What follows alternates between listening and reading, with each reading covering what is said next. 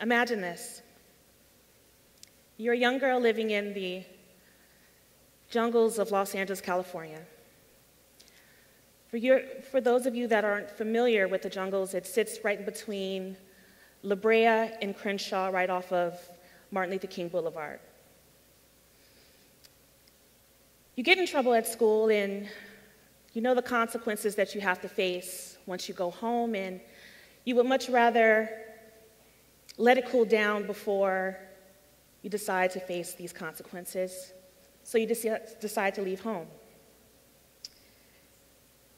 As you're walking with no concrete idea of where you're going, it starts to rain.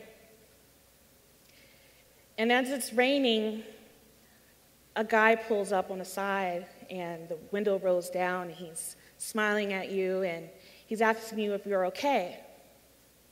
You say you're fine, and you start to walk away in mid-stride. He offers to give you a ride or let you sit in the car until the rain stops. So you're cold and wet, and you say, okay. So as you get in the car, you start talking, and he asks you questions about who you are and what's wrong and what's troubling you and why are you walking around so late.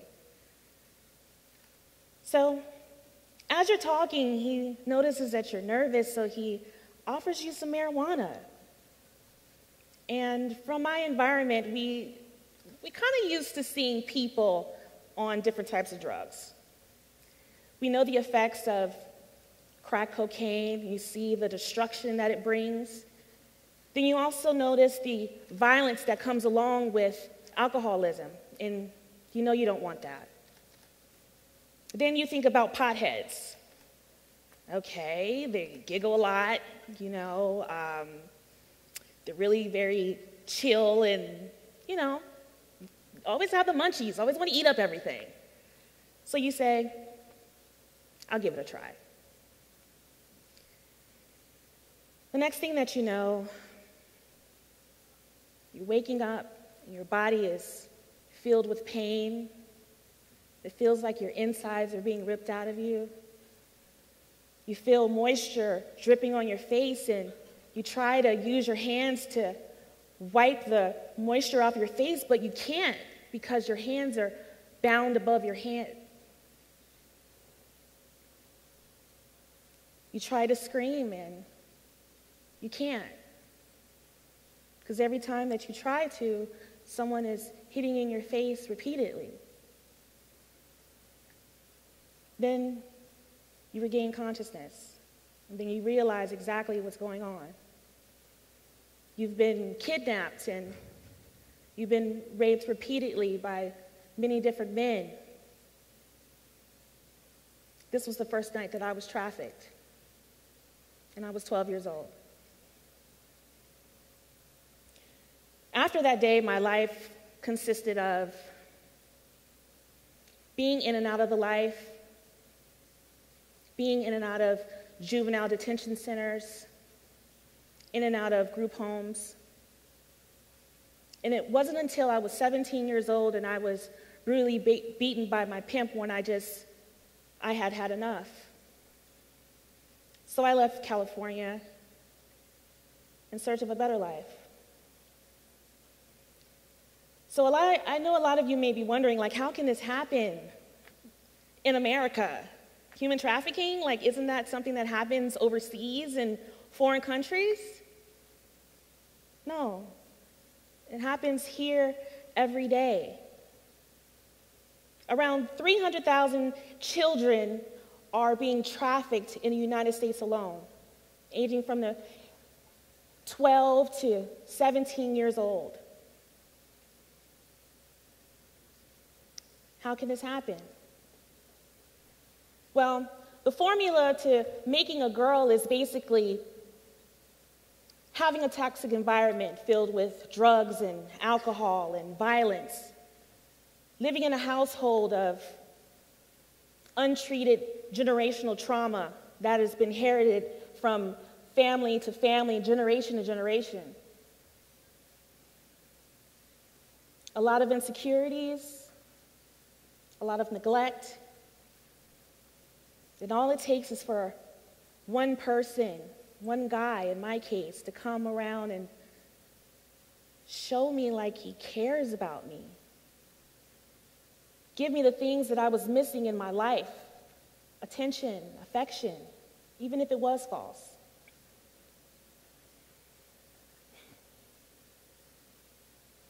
It wasn't until a year ago that I actually was able to identify who I was and what was going on with me. For many years, I carried the shame with me. You know, I was a prostitute, a child prostitute. But last year, I realized that there's no such thing as a child prostitute. It's either a victim or a child. And I was definitely a victim of human trafficking. Then I also found out something else. I found out that I was a survivor of human trafficking, which is crazy because I always carried this shame, and I always was taught that being a prostitute is being a criminal and that no one would respect you and no one will understand where you came from. Well, in this journey of self-discovery, I was talking to my mentor, Ms. Karen Wyatt, and she told me that there was a group home that was looking for a survivor to help co-facilitate CSEC groups. And for those that don't know what CSEC is, it's child sexual exploitation, commercially sexually exploited children, and anti-human trafficking. So when I looked at the card, it looked very familiar to me, but I couldn't connect the dots until I went in for my interview. And of course, I wowed them at the interview. Then afterwards, I began to ask questions like, where is this group home located? Like, what are the landmarks that are near it? And she confirmed it. I was a client of this group home 20 years prior. It's crazy because my life has come full circle. So in the time that I was in this group home and I was talking to these girls and talking to the staff and talking to these therapists, I started to understand so much about the process. But then I started to understand so much more about what I needed when I was a 14, 15, 16-year-old girl in the system. I needed someone that I can identify with, someone that can understand me culturally, socioeconomically, and also experience-wise. And every time I went through therapy, it was just a huge disconnect for me. So I wasn't open to getting the help that I needed. But then the staff of Crittenton, they really embraced me, and they really showed me the impact that I was making on the girls, and as well as the staff and the therapists, and I started to realize something. I was needed. So then I came up with this idea. I came up with this theory. I call it anti-venom. You take a young child that has been bitten by a venomous snake, and you only have two things that are going to help this child. You have a topical ointment, like a Neosporin, and you have an anti-venom, which is venom that has been changed to neutralize the venom. Then I started to think, how about we flip this? You have a child that's going through negative experiences. Then you have a therapist. Then you have me. The child is going through the negativity, the venom that's coursing through its veins. Then you have the therapist, which is the Neosporin. Now, if you were to apply the Neosporin to the wound, well, it wouldn't, but let's just say it would heal the scar, but it wouldn't save the child. But if you have this anti-venom, which is me, I have had negative experiences and I have been changed. So now I can implant myself into this child's life to be completely vulnerable for them to ask any question, for me to share my life experiences, good or bad. And now the child is willing to listen because they connect with me. In most situations, it's only because I share the same experiences. I've lived in the same neighborhoods as they have. So they get it because they feel that I get it. And now we can bring in a therapist. And now we can teach this child coping skills. We can teach them how to be a better person. Now, the only way that this is really effective is if you change the whole life situation. You have to help the parents. The parents need the therapy because there's generational trauma that has been going on with the parents for years, and sometimes they don't even realize what is going on with them because it's life. Especially in a black neighborhood, like, the only time that you go to therapy is if you're crazy. That's what it's thought to be, not to get help or how to cope with certain situations in life. So these parents, especially from the neighborhoods that I've come from, need to get the therapy that's needed. So once the child has been healed, we can send that child back into a healthy household. Because if you send a child back into a toxic household, all that's going to do is re-victimize the child. A lot of you may be thinking, like, I don't live in the jungles, like, I don't have all this stuff going on in my neighborhood. But you'll be surprised to know how many children outside of the urban cities have been victimized because their parents didn't give them the love or the attention or the understanding that they need. And that's the bottom line.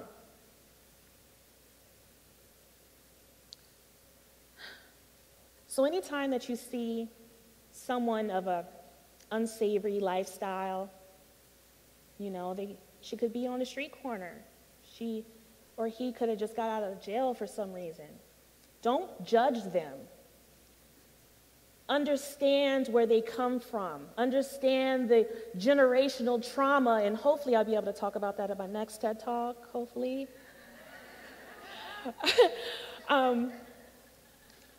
Live your life off of understanding. Don't agree, don't disagree, just understand, because everyone wants to be loved. Everyone wants to be happy, regardless of how they're getting there. Everyone's main goal is the same. I just want to say that it was one point in my life I just wondered, why? Why did God allow me to go through the things that I went through in life? Why did I have to suffer so much trauma in my life? It wasn't until I started mentoring I understood my purpose in life. And now at 36 years old, and thank God black doesn't crack, I now know my purpose. I now know my calling. My childhood was sacrificed so I could be a voice for other girls, for other women. It's crazy. That's what led me to this stage today, is me being open.